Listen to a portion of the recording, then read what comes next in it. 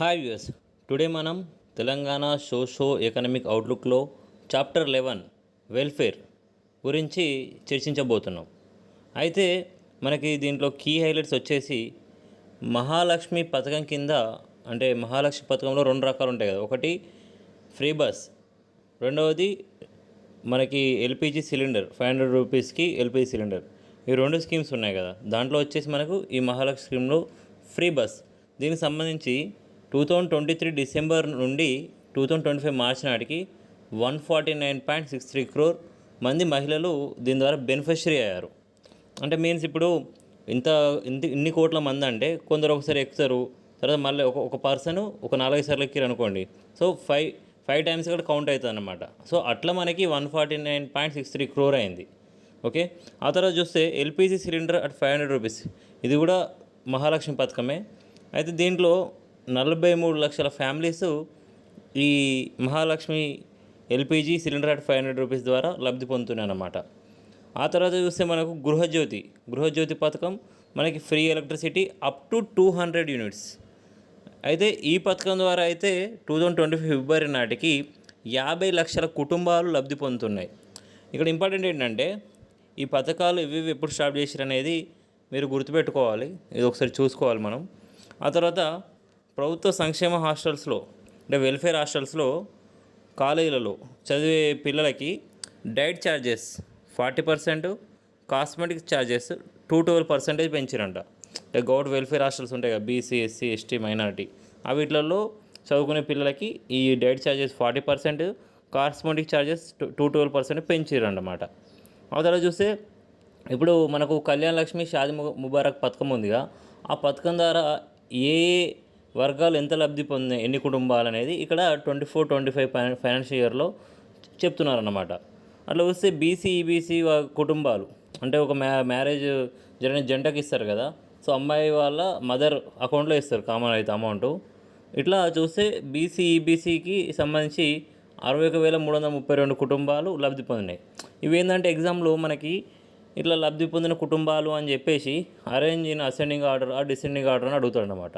So అప్పుడు ఇది important. So అట్లా చూస్తే ఫస్ట్ బీసీ, ఈబీసీ కుటుంబాలు, తర్వాత మైనారిటీ, ఆ తర్వాత ఎస్సీ, ఆ తర్వాత ఎస్టీ కుటుంబాలు. సో ఇట్లా లబ్ధి పొందినాయి అన్నమాట ఈ షాదీ ముబారక్, కళ్యాణ లక్ష్మి పథకం ద్వారా. సో ఇది ఇట్లనే గుర్తుపెట్టుకోవాలి, అసెండింగ్ ఆర్ డిసెండింగ్ ఆర్డర్లో అడుగుతాడు మనల్ని ఎగ్జామ్లో. తర్వాత పబ్లిక్ డిస్ట్రిబ్యూషన్ సిస్టమ్, అంటే ప్రజా పంపిణీ వ్యవస్థ, అంటే ఈ రేషన్ అందించడం ఉంటుంది కదా. అట్లా మనకి రాష్ట్రంలో లబ్ధిదారు 282.77 లక్షల మంది లబ్ధిదారు ఉన్నారు. సో 2.82 crore అన్నమాట.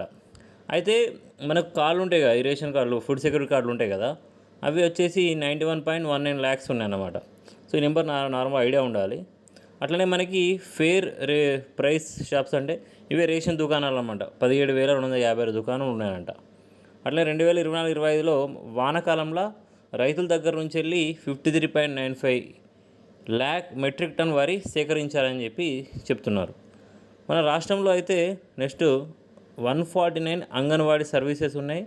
దాంట్లో 35,700 అంగన్వాడీ సెంటర్స్. సో ఇన్ని సర్వీసెస్ ప్రాజెక్టుల కింద ఇన్ని సెంటర్స్ ఉన్నాయన్నమాట. సో అది మనం గుర్తుపెట్టుకోవాలి. సో ఆ తర్వాత చూస్తే మనకి key welfare initiatives launched on 26 January 2025 అని ఇక్కడ ఉంది.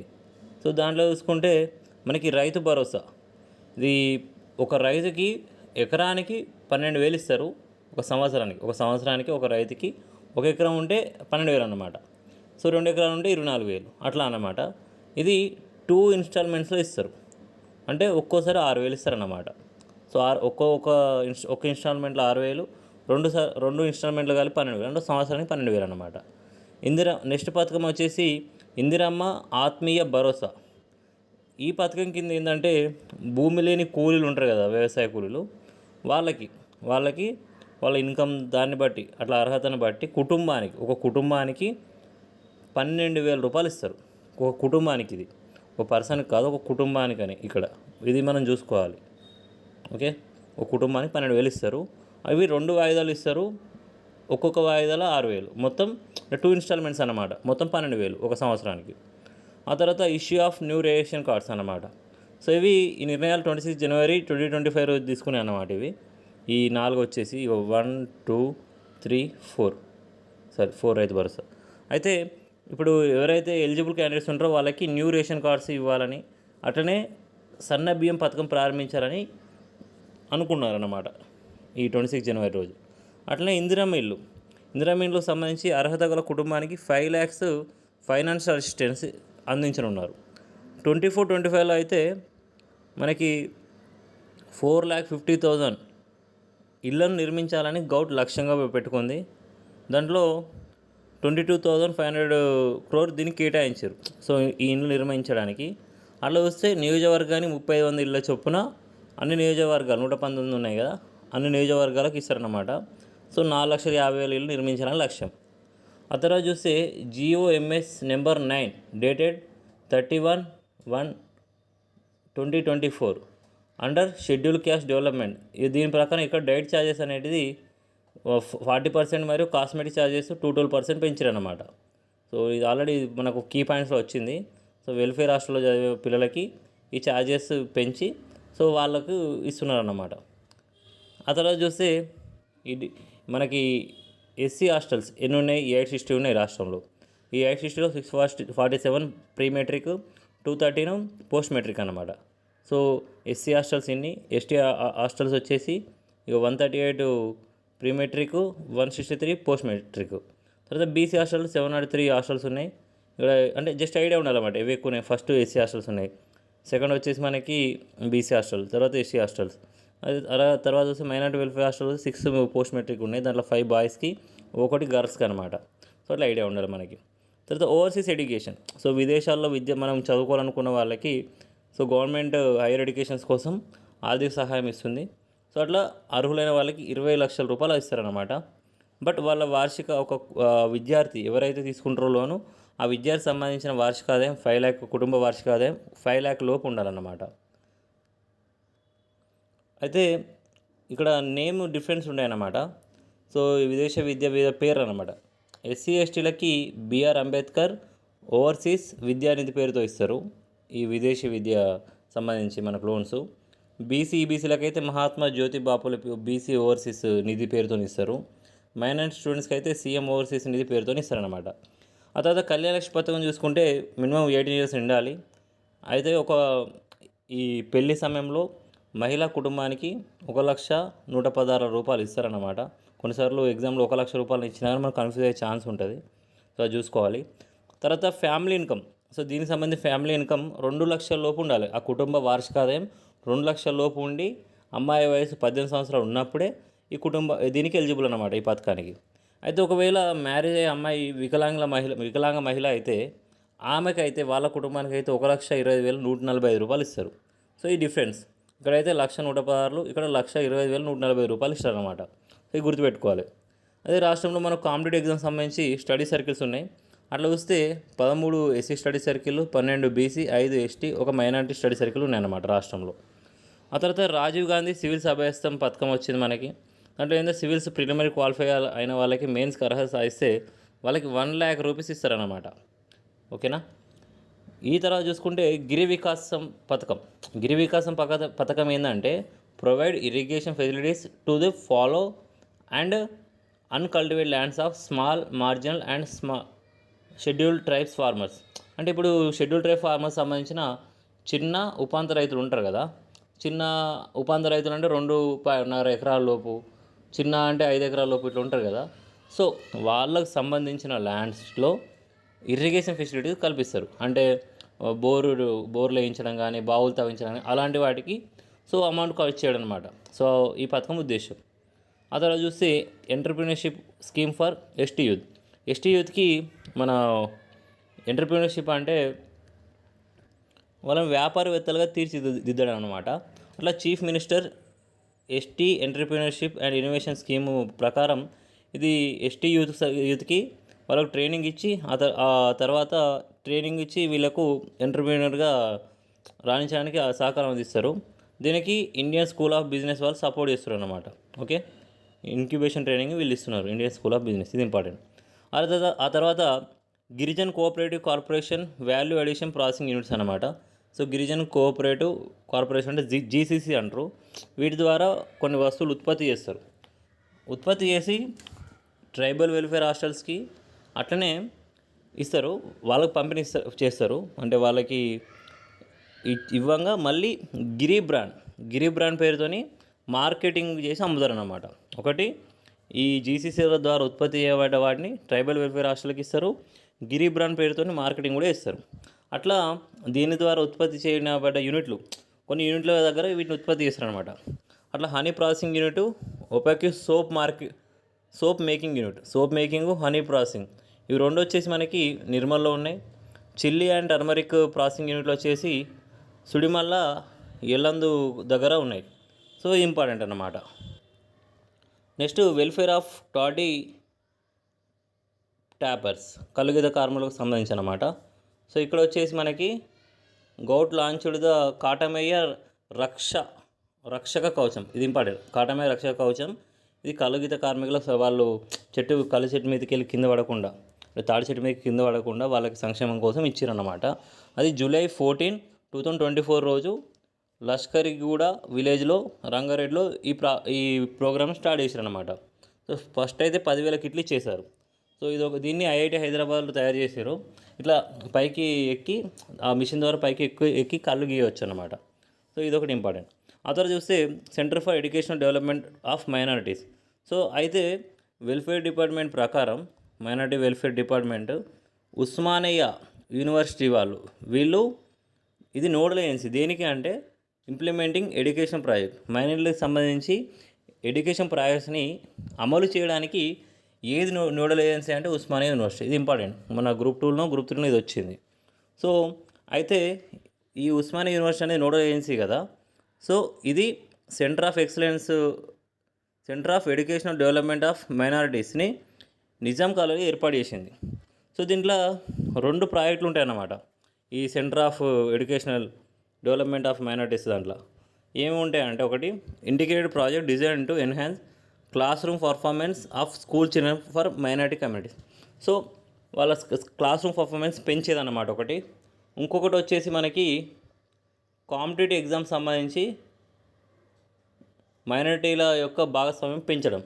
ఒకటి క్లాస్ రూమ్ స్కూల్ పిల్లలకు సంబంధించి చదువుకోవడానికి, ఇంకోటి కాంపిటేటివ్ ఎగ్జామ్లో వాళ్ళని ఎంకరేజ్ చేయడానికి అనమాట.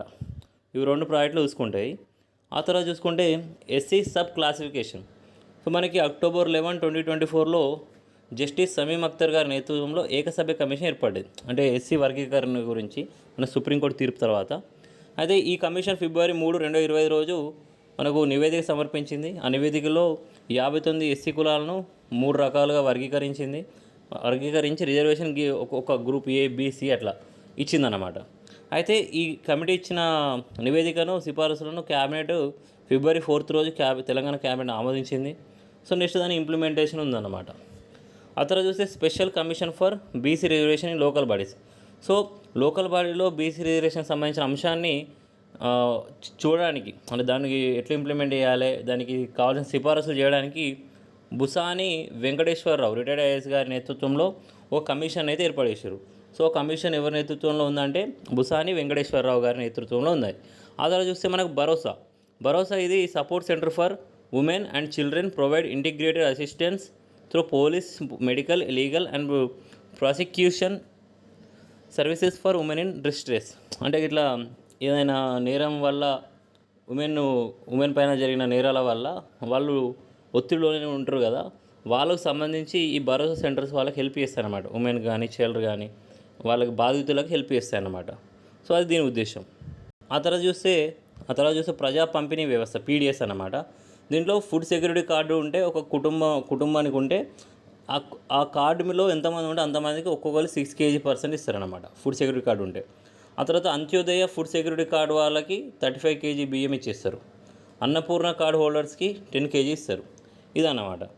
ఈ తర్వాత చూస్తే మిషన్ వాత్సల్య ఏంటిది అంటే ఇది ఇంటిగ్రేటెడ్ చైల్డ్ ప్రొటెక్షన్ స్కీమ్ అన్నమాట. చైల్డ్ ప్రొటెక్షన్ అన్నమాట దీంట్లో ఇంపార్టెంట్. ఇది ఏం చేస్తుంది అంటే చైల్డ్ డెవలప్మెంట్కి, వారి రక్షణకి, అంటే పిల్లల అభివృద్ధి, రక్షణ సంబంధించిన నిర్ణయాలు దానికోసం పాటుపడతాయి అన్నమాట. ఆ తర్వాత juvenile welfare and correctional services. So ఇవి వచ్చేసి juvenile justice care and protection of children act 2015 ఇవి అమలు చేస్తున్నాం మనం. అట్లా చూస్తే మనకి చిల్డ్రన్ సంబంధించిన అంటే చిన్న వయసులో నేరాలు చేసిన వాళ్ళు ఉంటారు కదా, వాళ్ళకి సంబంధించి అబ్జర్వేషన్ హోమ్స్ కానీ చిల్డ్రన్ హోమ్స్ కానీ తెలియకుండా నేరాలు చేసి దాంట్లో ఇరికిన వాళ్ళకి సో ఇక్కడ అసిస్టెన్స్ ఇస్తారన్నమాట. ఆ తర్వాత మిషన్ శక్తి, ఇది సెంట్రల్లీ స్పాన్సర్డ్ స్కీమ్. దీంట్లో 2 సబ్ స్కీమ్స్ ఉన్నాయన్నమాట. ఒకటి సంబాల్, ఇంకోటి సామర్థ్యం. సో సంబాల్ అంటే ఏంటి అంటే మనకి ఈ ఉమెన్ సేఫ్టీ సెక్యూరిటీ గురించి చూసుకుంటుంది. ఇది focus on women safety and security. Example Sakhi అంటే ఆల్రెడీ బాధితులైన ఉమెన్స్కి సపోర్ట్ చేయడము, సో వాళ్ళ రక్షణ సంబంధించి 181 హెల్ప్ వన్, వాళ్ళకి ఏం ప్రాబ్లం ఉంటే కాల్ చేయడానికి. సో ఇది ఉమెన్ సేఫ్టీ సంబంధించి అనమాట సంబాల్. సామర్థ్యం వచ్చేసి ఎంపవర్మెంట్ లైక్ ఎడ్యుకేషన్ కానీ అట్లా అన్నమాట. వాళ్ళకి ఎడ్యుకేషన్ సంబంధించి ఇవ్వడం, ప్రొడక్షన్ ఇవ్వడం, సర్వైవల్ కోసం ఏమైనా ట్రైనింగ్ ఇవ్వడం. సో సంబాల్ అనేది సింపుల్గా మనకి ఎంపవర్మెంటు, సంబాల్ అనేది మనకి ప్రొటెక్షను, సామర్థ్య అంటే ఎంపవర్మెంట్ అన్నమాట. నెక్స్ట్ పల్నా స్కీమ్ అంటే ఇది గవర్నమెంట్ మనకు తెలంగాణలో ఇండియన్ గవర్నమెంట్ మొత్తం 33 అంగన్వాడీ క్రెజీ సెంటర్లని శాంక్షన్ చేసింది. ఇవి ఏంటి అంటే ఈ పల్నా స్కీమ్ కింద శాంక్షన్ చేసింది 2023-24లో. సో దీని ద్వారా ఏంటంటే ఇప్పుడు వర్కింగ్ ఉమెన్ ఉంటారు కదా, వాళ్ళ వర్కింగ్ ఉమెన్ ఉన్న ప్లేస్లలో వాళ్ళ పిల్లల్ని ఈ అంగన్వాడీ క్రెజీ సెంటర్లో ఆ పిల్లల్ని ఉంచిన తర్వాత వీళ్ళు వర్క్ చేసుకోవచ్చు అన్నట్టు. సో పిల్లలు ఉంటే వర్క్ చేయడం కష్టం కదా, ఆ చిన్న పిల్లల్ని ఆ అంగన్వాడీలో ఉంచితే వాళ్ళు అంగన్వాడీలో ఉన్న వాళ్ళు చూసుకుంటారు అన్నమాట కార్యకర్తలు. ఆ తర్వాత చూస్తే కాంపిటేటివ్ ఎగ్జామ్స్కి ప్రిపేర్ అయ్యే వికలాంగుల అభ్యర్థులకి మన గవర్నమెంట్ కోచింగ్కి 20,000 రూపాయల వరకు, అట్లే కోచింగ్ మెటీరియల్కి 7,000 రూపాయల వరకు అందించనుంది. వికలాంగ అభ్యర్థులకి కోచింగ్ కోసం 20,000 రూపాయల వరకు, కోచింగ్ మెటీరియల్ అంటే దానికి సంబంధించిన బుక్స్ కానీ వీటి కోసం 7,000 రూపాయలకు అందించనుంది. ఆ తర్వాత వెల్ఫేర్ ఆఫ్ సీనియర్ సిటిజన్స్, మనకు మన వృద్ధులకు సంబంధించి వయోవృద్ధులకు సంబంధించి 13 ఓల్డ్ ఏజ్ హోమ్స్ శాంక్షన్ అయి ఉన్నాయి. దాంట్లో ప్రజెంట్ అయితే 3 వర్కింగ్ ఉన్నాయి. అవి నారాయణపేట, రాయన సిరిసిల్ల, నిజామాబాద్ అన్నమాట. సో ఆ తర్వాత చూసుకుంటే మనకి in October 2024 govt launched Telangana senior citizen maintenance cases monitoring system. So 2024 అక్టోబర్లో ఈ సీనియర్ సిటిజన్ సంబంధించి కేసెస్ ఉంటాయి, ఎవరైనా తల్లిదండ్రులు వదిలేయడం కానీ పట్టించుకోవడం పోకపోవడం కానీ, సో వాళ్ళకి సంబంధించిన కేసెస్ చూసుకోవడానికి TSSeniorCitizens.cgg.gov.in అనేది ఒక పోర్టల్ తీసుకొచ్చారు. అయితే ఇవన్నీ కామన్గా అయితే అసలు ఏ యాక్ట్ ఉందంటే సీనియర్ సిటిజన్స్ సంబంధించి maintenance and welfare of parents and senior citizens act 2007 important, ఇది సోషల్లో కూడా వస్తుంది, ఇది ఉందన్నమాట. ఆ తర్వాత చూస్తే వెల్ఫేర్ ఆఫ్ ట్రాన్స్జెండర్స్ అంటే ట్రాన్స్జెండర్ సంబంధించి సంక్షేమం గురించి చూస్తే వాళ్ళకి ఒక స్కీమ్ ఉంది, ఎకనామిక్ రీహాబిలేషన్ స్కీమ్. దీని ప్రకారం ఏంటంటే వీళ్ళకి 50,000 నుంచి 2 లక్షల వరకు ఫైనాన్షియల్ అసిస్టెన్స్ ఇస్తారు. అంటే సబ్సిడీతో కూడిన ఫైనాన్షియల్ అసిస్టెన్స్ ఇస్తారు. వాళ్ళు చిన్న బిజినెస్లు ఏమైనా పెట్టుకోవచ్చు అన్నమాట. సో దీనికోసం ఫైనాన్షియల్ అసిస్టెన్స్ ఇస్తారు. ఈ పథకం పేరు ఎకనామికల్ రిహాబిలేషన్ స్కీమ్ అన్నమాట. అట్లే ఓన్లీ ట్రాన్స్జెండర్ కోసం మైత్రి ట్రాన్స్ క్లినిక్లను ఏర్పాటు చేశారు. మొత్తం రాష్ట్రంలో 32 ఏర్పాటు చేశారు. December 2024లో మైత్రి ట్రాన్స్ క్లినిక్లని ఏర్పాటు చేశారు. ఇవి డిస్టిక్ హాస్పిటల్స్లో ఇవి సపరేట్గా ఉంటాయి. ఇవి ఏంటంటే ట్రాన్స్జెండర్లకు సపరేట్గా ప్రత్యేకమైన ఆరోగ్య సేవలు అంటే ఈ ట్రాన్స్జెండర్లకి హెల్త్ సర్వీసెస్, స్పెషలైజ్డ్ హెల్త్ సర్వీసెస్ని అందిస్తాయి అన్నమాట. So thank you. నా ఎక్స్ప్లెనేషన్ నచ్చినట్టయితే లైక్ చేయగలరు, ఎవరైనా సబ్స్క్రైబ్ చేసుకునే వాళ్ళు సబ్స్క్రైబ్ చేసుకోగలరని కోరుకుంటున్నాను. Thank you.